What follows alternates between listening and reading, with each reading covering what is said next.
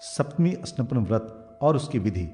महाराज युधिष्ठिर ने पूछा, प्रभो, मनुष्य को अपने मन में उद्भूत उद्वेग तथा खेद खिन्नता और अपनी दरिद्रता की निवृत्ति के लिए अद्भुत शांति के निमित्त कौन सा धर्म कृत करना चाहिए? मृत वत्सा स्त्री को, जिसके बच्चे पैदा होकर मर जाते हैं, अपनी संतति की रक्षा और दुःस्वप्नादि की शांति के लिए क्या करना चाहिए? भगवान श्री कृष्ण बोले, राजन, पूर्व जन्म के पाप इस जन्म में रोग, दुर्गति तथा इष्ट जनों की मृत्यु के रूप में फलित होते हैं। उनके विनाश के लिए मैं कल्याणकारी सप्तमी स्नपन नामक व्रत का वर्णन कर रहा हूँ। ये लोगों की पीड़ा का विनाश करने वाला है। जहाँ दूध में शिशुओं, वृद्धों, आतुरों और नवयुवकों की आकस्मिक मृत्यु होती देखी जाती है, वहीं उसकी शांति के लिए इस मृत वत्साभिषेक को बतला रहा हूँ।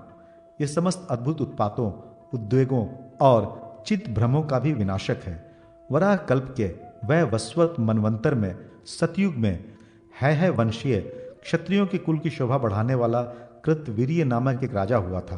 उसने 77,000 वर्ष तक धर्म और नीति पूर्वक समस्त प्रजाओं का पालन किया। उसके 100 पुत्र थे जो च्यवन मुनि के शाप से दग्ध हो गए। फिर राजा ने भगवान सूर्य की विधि पूर्वक उपासना प्रारंभ की। कृतवीर्य के उपवास व्रत, पूजा और स्तोत्रों से संतुष्ट होकर भगवान सूर्य ने उसे अपना दर्शन दिया और कहा, कृतवीर्य, तुम्हें एक सुंदर एवं चिराई पुत्र उत्पन्न होगा जिसका नाम कार्तवीर्य होगा, किंतु तुम्हें अपने पूर्व कृत पापों को विनिष्ट करने के लिए स्नपन सप्तमी नामक व्रत करना पड़ेगा।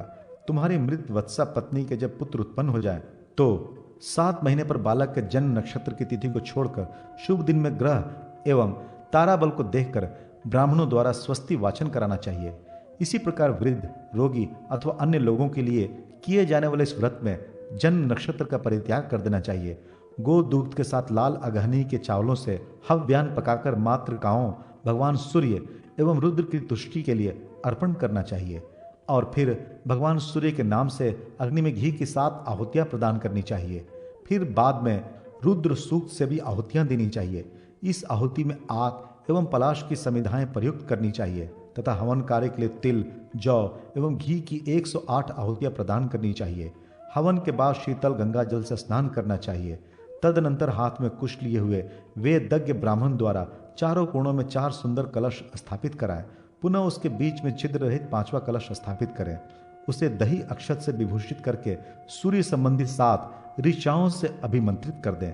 फिर उसे तीर्थ जल से भरकर उसमें रत्न या सुवर्ण डाल दें।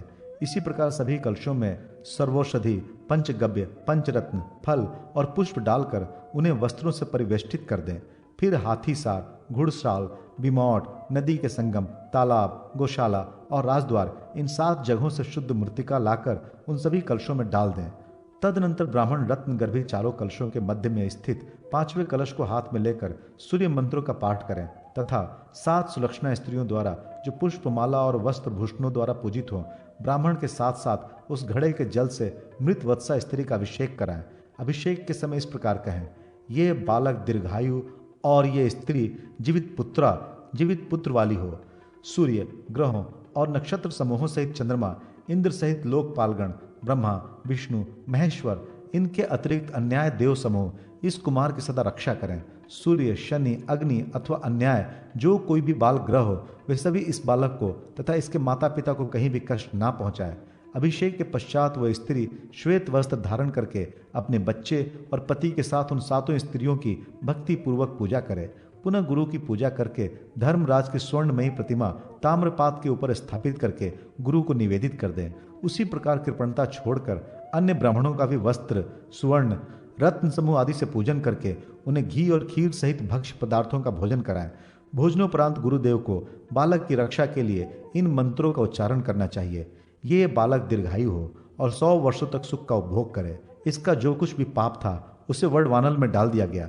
ब्रह्मा, रुद्र, वसुगण, स्कंद, विष्णु, इंद्र और अग्नि, ये सभी दुष्ट ग्रहों से इसकी रक्षा करें और सदा इसके लिए वरदायक हों।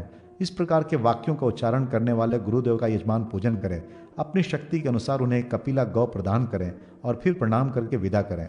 तत्पश्चात मृत वत्सा स्त्री पुत्र को गोद में लेकर सूर्यदेव और भगवान शंकर को नमस्कार करे और हवन से बचे हुए हव्यान को सूर्यदेव को नमस्कार है ये कहकर खा जाए। ये व्रत उद्विग्नता और दुःस्वप्न आदि में भी प्रशस्त माना गया है।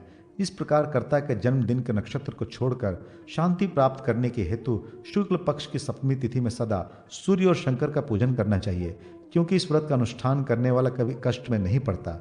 जो मनुष्य इस विधान के अनुसार इस व्रत का सदा अनुष्ठान करता है वो दीर्घायु होता है। इस व्रत के प्रभाव से कार्तवीर्य ने 10,000 वर्षों तक इस पृथ्वी पर शासन किया था।